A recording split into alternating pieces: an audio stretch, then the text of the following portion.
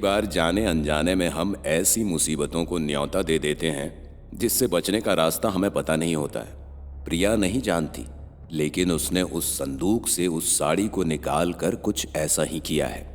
प्रिया के घर में काम करने वाली बाई सुनीता के साथ जो भी हुआ, उसके बाद उसने प्रिया को वो पैठनी साड़ी वापस कर दी।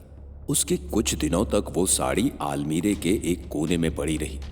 लेकिन करीब 1 महीने बाद प्रिया की दोस्त मिनी की शादी थी, तो वो सोच रही थी कि क्या करे, क्या पहने, नई साड़ी खरीद ले क्या, कि तभी उसे याद आया कि अरे उसके पास तो एक पैठनी साड़ी है जो उसे संदूक में मिली थी।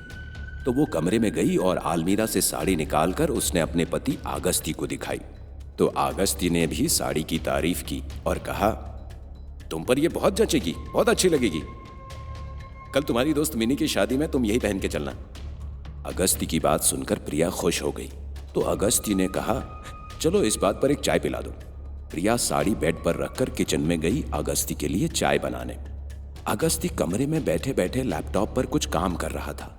अचानक काम करते करते लैपटॉप अपने आप ऑन ऑफ होने लगा और फिर अचानक देखते ही देखते उसमें से एक काले रंग का धुआं बाहर आने लगा और बाहर आते आते धुएं ने एक हाथ का रूप ले लिया और अगस्ती की ओर बढ़कर उसका गला पकड़कर उसका गला दबाने लगा। वो छटपटाते हुए अपने आप को छुड़ाते छुड़ाते जमीन पर गिर पड़ा। तो उसने देखा कोई पैठनी साड़ी पहने बेड के उस तरफ खड़ी है। जैसे ही एक झटके में उठकर उसने ऊपर देखा तो वहां कोई नहीं था। उसे लगा शायद ये उसका वहम है, इसलिए उसने आंखें बंद करके एक गहरी सांस ली और आंख खोली तो वही हरे रंग की पैठनी साड़ी पहने एक औरत खिड़की की तरफ मुंह किए खड़ी थी।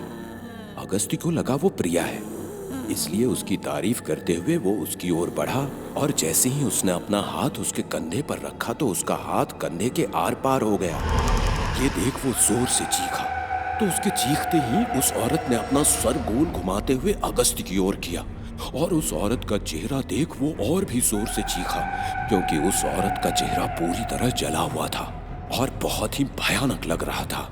फिर वो अगस्ती की ओर बढ़ी और उसको काटने लगी।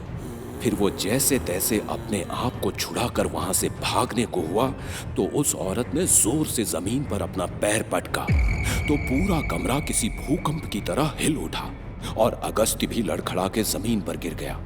और उसके जमीन पर गिरते ही उस औरत ने अपनी जीभ किसी रस्सी की तरह लंबी करके अगस्ती की ओर बढ़ाई और उसके गले में लपेट कर उसके गले को फांसी लगाने लगी और फिर धीरे धीरे उसकी सांसें धीमी होने लगी।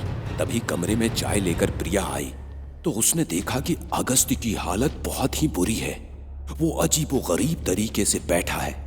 ये देख वो तुरंत भागकर हॉल में गई और अपने देवर ध्रुव और घर में काम करने वाले लोगों को बुलाकर ले आई। फिर सब ने मिलकर जब अगस्ती को होश में लाने की कोशिश की तो पानी के छींटे पड़ने पर अगस्ती होश में आया। उसके बाद अगस्ती कमरे में आराम कर रहा था और प्रिया किचन में अपना काम।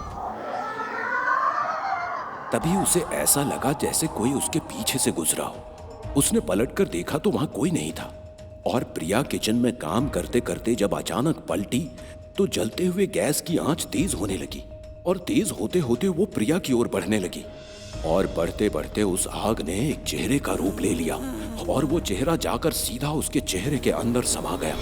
उसका चेहरा जलने लगा। वो जोर जोर से चीखने लगी।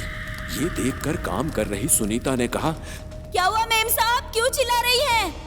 तो सुनीता के ये पूछते ही सब कुछ नॉर्मल हो गया। इसलिए प्रिया ने कोई जवाब नहीं दिया और अपने काम में वापस लग गई। दूसरे दिन सुबह प्रिया के दोस्त मिनी की शादी थी, इसलिए वो तैयार होने लगी और तैयार होकर जैसे ही उसने उस साड़ी को पहना और शीशे में अपने आप को देखने को हुई तो उसे उस साड़ी में अपनी जगह किसी और ही औरत की बेहद ही डरावनी और जली हुई शक्ल नजर आ रही थी, जिसे देखकर वो जोर से चीखी और उसने अपनी आंखें बंद कर ली। और जब आंख खोली तो उसके शरीर पर कोई दूसरी साड़ी थी और एक औरत शीशे के अंदर वो पैठनी साड़ी पहने खड़ी थी। ये देख प्रिया जैसे ही पीछे मुड़ी तो उस औरत ने प्रिया को जोर से धक्का दिया और वो शीशे से जा टकराई। तो शीशे से निकलते हाथ उसे शीशे के अंदर खींचने लगे। उसने पूरी ताकत से अपना हाथ छुड़ाया और जैसे ही भागने को हुई तो उस औरत का आधा शरीर लंबा होते हुए प्रिया की ओर बढ़ा और फिर उस औरत ने अपने हाथ बढ़ाकर अपने नाखूनों से प्रिया का चेहरा नोचने लगी। तो प्रिया उस औरत का हाथ रोकते हुए अपने आप को बचाने की कोशिश करने लगी। उस औरत ने अपनी जीभ रस्सी की तरह बढ़ाकर प्रिया के एक कान से घुसाकर दूसरे कान से निकाल दी और वो दर्द में तड़प उठी। तब उस औरत ने प्रिया का चेहरा पकड़कर उसके चेहरे की चमड़ी ऊपर से खींच डाली और वो खून में सन गई और जमीन पर गिरकर बेहोश हो गई। अगस्ती जब कमरे में आया तो प्रिया जमीन पर खून से लथपथ बेहोश पड़ी थी। ये देख वो प्रिया की ओर बढ़ा और जैसे ही प्रिया को उठाने को हुआ तो प्रिया धीरे धीरे करके किसी रेत की तरह गायब हो गई। ये देख अगस्ती एक झटके में उठा और वहां से भागने को हुआ तो दरवाजे के पास से एक औरत तेजी से भागती हुई आई और अगस्ती को लेकर खिड़की से नीचे कूद गई। ग्राउंड फ्लोर की खिड़की थी और नीचे बागीचा भी था, इसलिए उसे ज्यादा चोट नहीं आई। पर उसके तुरंत बाद ही बगीचे में लगे सारे के सारे पेड़ों की टहनियां तेजी से अगस्ती की ओर बढ़ने लगी और बढ़कर उसके पैर में किसी सुई की तरह घुसकर उसके पूरे शरीर को चीरते हुए बाहर आने लगी।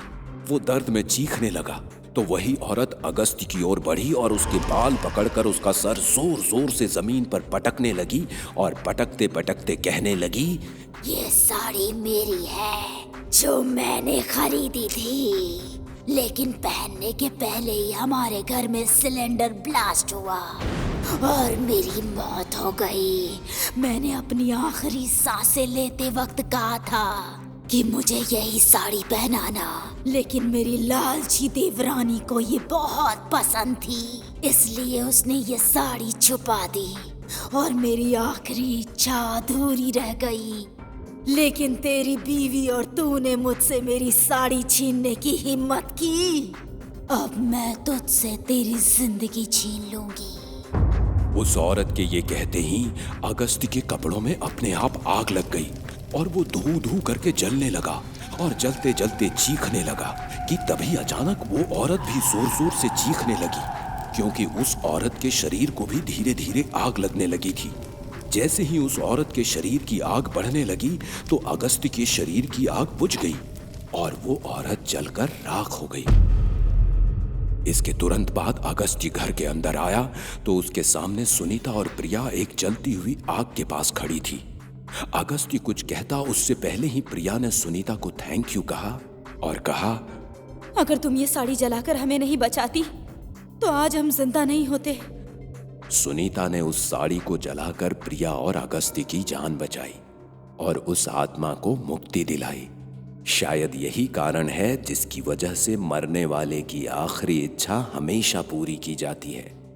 इसी के साथ खत्म हुआ पैठनी साड़ी का आखिरी भाग।